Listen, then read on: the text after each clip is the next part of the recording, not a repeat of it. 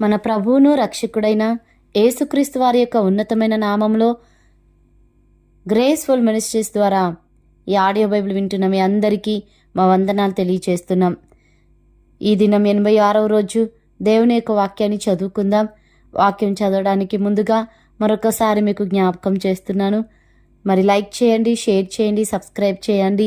అనేకులు దేవుని యొక్క వాక్యం వినులాగున మీరు కూడా మాతో సహకరించి అనేకులకు చేరునట్లుగా షేర్ చేయండి.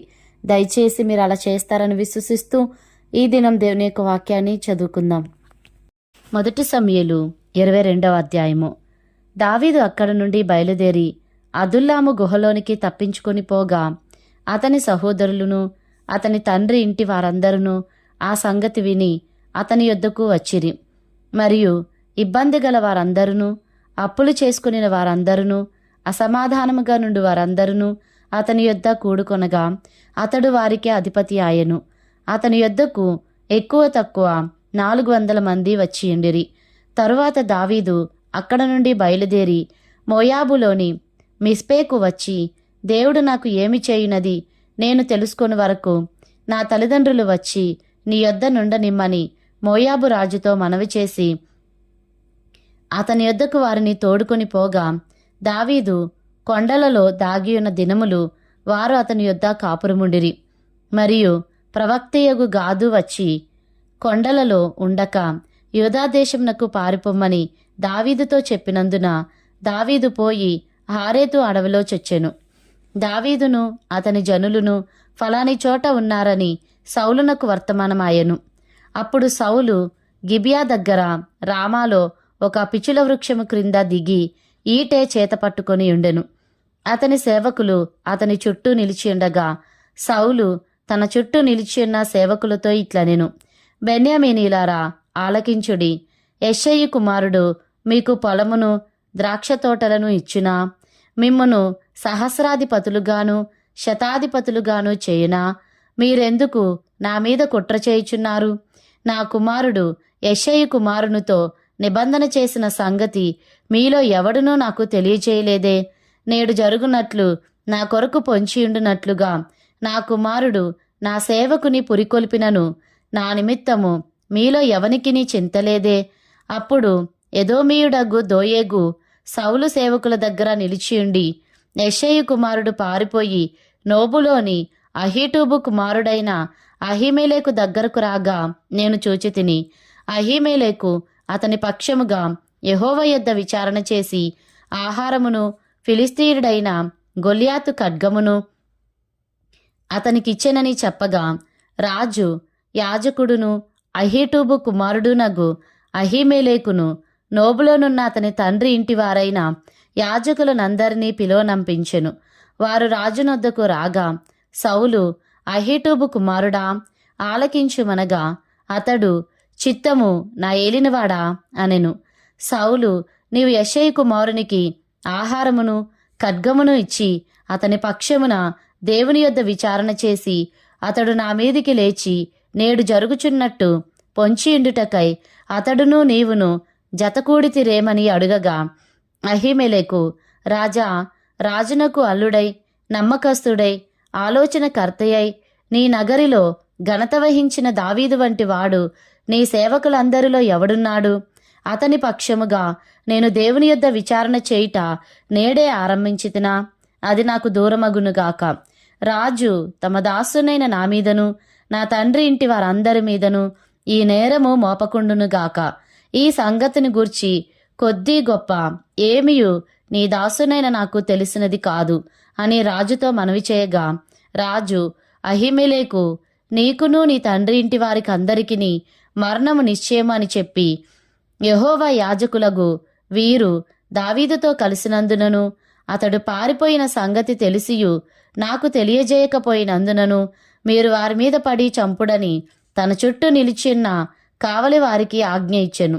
రాజు సేవకులు యెహోవా యాజకులను హతము చేయనొల్లకయుండగా రాజు దోయేగుతో, నీవు యాజకుల మీద పడుమని చెప్పెను. అప్పుడు ఎదోమీయుడైన దోయేగు యాజకుల మీద పడి ఏఫోదు ధరించుకొనిన 85 ఆ దినమున హతము చేసెను. మరియు అతడు యాజకుల పట్టణమైన నోబు కాపురస్తులను కత్తివాత హతము చేసెను. మగవారినేమి, ఆడువారినేమి, బాలురనేమి, పసిపిల్లలనేమి, ఎడ్లనేమి, గార్ధబములనేమి, గొర్రెలనేమి అన్నిటినీ కత్తివాత హతము చేసెను. అయితే అహీటూబు కుమారుడైన అహీమెలెకు కుమారులలో అబ్యాతారు అనునొకడు తప్పించుకొని పారిపోయి దావీదు నొద్దకు వచ్చి, సౌలు యెహోవా యాజకులను చంపించిన సంగతి దావీదునకు తెలియజేయగా, దావీదు ఆ దినమున ఎదోమీయుడైన దోయేగు అక్కడనున్నందున వాడు సౌలునకు నిశ్చయముగా సంగతి తెలుపులని నేననుకొంటిని. నీ తండ్రి ఇంటి వారికి అందరికిని మరణము రప్పించుటకు నేను కారకుడనైతిని కదా. నీవు భయపడక నా యొద్ద ఉండుము. నా యొద్ద నీవు భద్రముగా ఉందువు. నా ప్రాణము తీయచూచువాడును నీ ప్రాణము తీయచూచువాడును ఒకడే అని అబ్యాతారుతో చెప్పెను. 1 సమూయేలు 23వ అధ్యాయము. తరువాత ఫిలిస్తీయులు కెయిలా మీద యుద్ధము చేసి కళ్ళముల మీది ధాన్యమును దోచుకొనుచున్నారని దావీదునకు వినబడెను. అంతటా దావీదు, నేను వెళ్ళి ఈ ఫిలిస్తీయులను హతము చేయుదునా అని యెహోవా యొద్ద విచారణ చేయగా, యెహోవా, నీవు వెళ్ళి ఫిలిస్తీయులను హతము చేసి కెయిలాను రక్షించుమని దావీదునకు సెలవిచ్చెను. దావీదుతో కూడియున్న జనులు, మేము ఇచ్చట యూదాదేశంలో ఉండినను మాకు భయముగానున్నది. ఫిలిస్తీయుల సైన్యములకెదురుగా కెయిలాకు మేము వచ్చినేడల మరింత భయము కలుగును గదా అని దావీదుతో అనగా, దావీదు మరలా యెహోవా యొద్ద విచారణ చేసెను.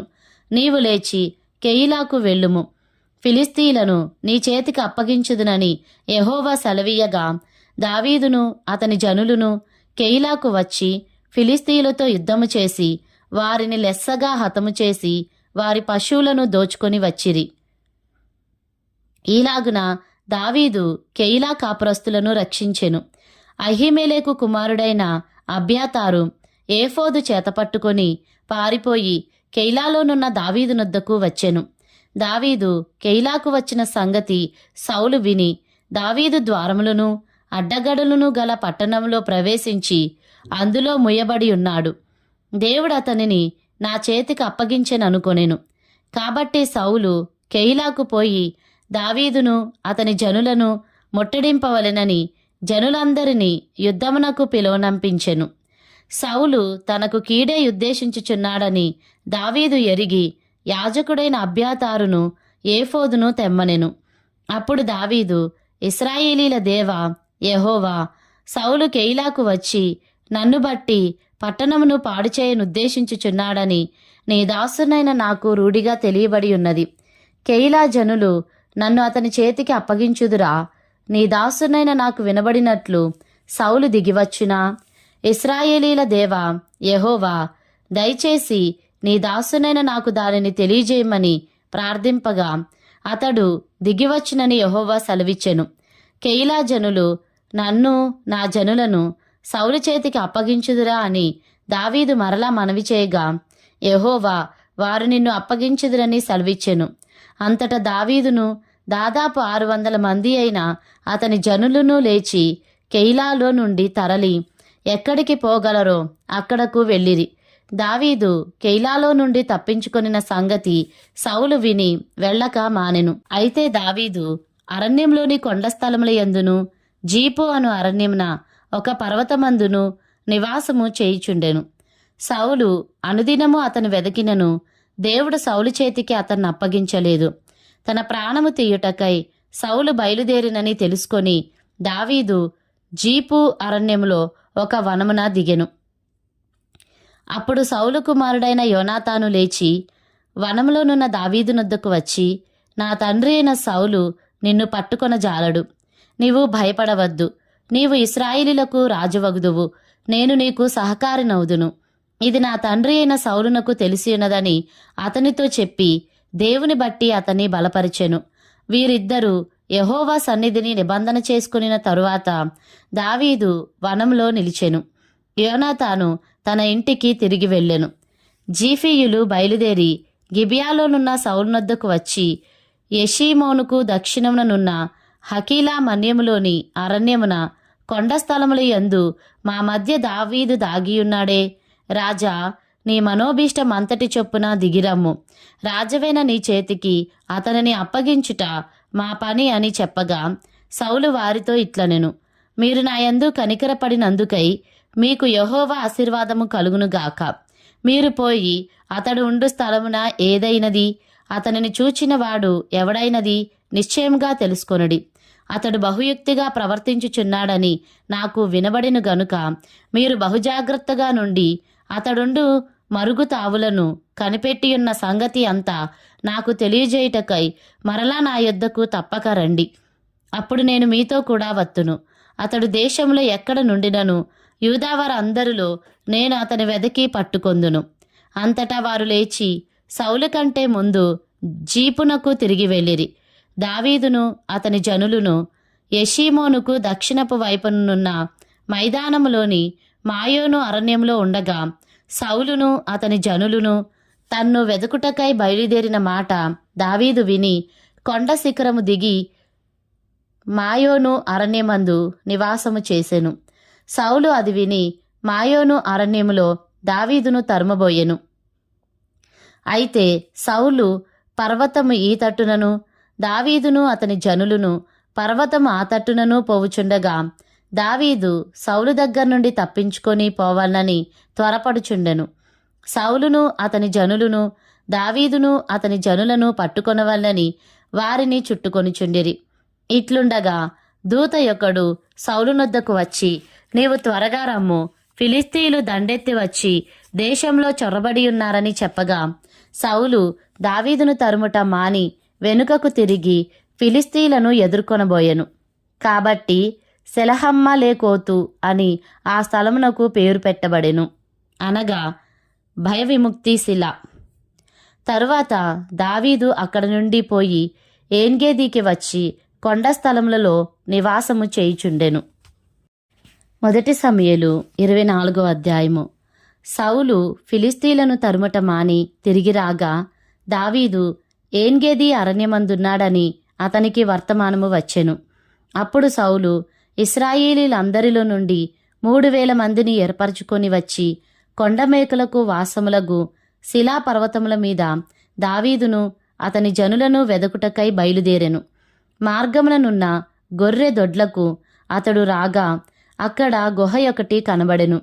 అందులో సౌలు శంఖానివర్తికి పోగా దావీదును అతని జనులను ఆ గుహ లోపలి భాగములలో ఉండిరి గనుక దావీదు జనులు, అదిగో నీ దృష్టికి ఏది మంచిదో అది నీవు అతనికి చేయునట్లు నీ శత్రువుని నీ చేతికి అప్పగింతునని యెహోవా నీతో చెప్పిన దినము వచ్చినని అతనితో అనగా దావీదు లేచి వచ్చి సౌలునకు తెలియకుండా అతని పైవస్త్రపు చెంగును కోసెను. సౌలు పైవస్త్రమును తాను కోసెనని దావీదు మనస్సు నొచ్చి, ఇతడు యెహోవా చేత అభిషేకము నొందినవాడు గనుక యెహోవా చేత అభిషిక్తుడైన నా ప్రభువునకు నేను ఈ కార్యము చేయను. యెహోవాను బట్టి అతను నేను చంపను అని తన జనులతో చెప్పెను. ఈ మాటలు చెప్పి దావీదు తన జనులను అడ్డగించి సౌలు మీదికి పోనీయక వారిని ఆపెను. తరువాత సౌలు లేచి గుహలో నుండి బయలువెళ్ళి మార్గమున పోయెను. అప్పుడు దావీదు లేచి గుహలో నుండి బయలువెళ్ళి, నా ఏలినవాడా, రాజా అని సౌలు వెనుక నుండి కేక వేయగా సౌలు వెనుక చూచెను. దావీదు నేల సాష్టాంగపడి నమస్కారము చేసి సౌలుతో ఇట్లనెను, దావీదు నీకు కీడు చేయనుద్దేశించుచున్నాడని జనులు చెప్పిన మాటలు నీవెందుకు వినుచున్నావు? ఆలోచించుము. ఈ దినమున యెహోవా నిన్ను ఎలాగూ గుహలో నా చేతికి అప్పగించెనో అది నీ కండ్లారా చూచితివే. కొందరు నిన్ను చంపుమని నాతో చెప్పినను నేను నీ యందు కనికరించి ఇతడు యెహోవా చేత అభిషేకం నొందినవాడు గనుక నా ఏలినవాని చంపనని నేను చెప్పితిని. నా తండ్రి, చూడుము, ఇదిగో చూడుము, నిన్ను చంపక నీ వస్త్రపు చెంగు మాత్రమే కోసితిని గనుక నా వలన నీకు కీడు ఎంతమాత్రమును రాదనియు నాలో తప్పిదము ఎంతమాత్రమును లేదనియు నీవు తెలుసుకొనవచ్చును. నీ విషయమై నేను ఏ పాపమును చేయనివాడనై ఉండగా నీవు నా ప్రాణము తీయవలనని నన్ను తరుముచున్నావు. నీకును నాకును మధ్య యెహోవా న్యాయము తీర్చును. యెహోవా నా విషయమై పగ తీర్చును గాని నేను నిన్ను చంపను. పూర్వీకులు సామ్యము చెప్పినట్టు దుష్టుల చేతనే దౌష్ట్యము పుట్టును గాని నేను నిన్ను చంపను. ఇశ్రాయేలీల రాజు ఎవని పట్టుకొన బయలుదేరి వచ్చియున్నాడు? ఏ పాటివానిని తరుముచున్నాడు? చచ్చిన కుక్కను గదా, మిన్నల్లిని గదా. యెహోవా నీకును నాకును మధ్య న్యాయాధిపతి అయి తీర్పు తీర్చునుగాక. ఆయనే సంగతి విచారించి నా పక్షమున వ్యాజ్యమాడి నీ వశము కాకుండా నన్ను నిర్దోషినిగా తీర్చునుగాక.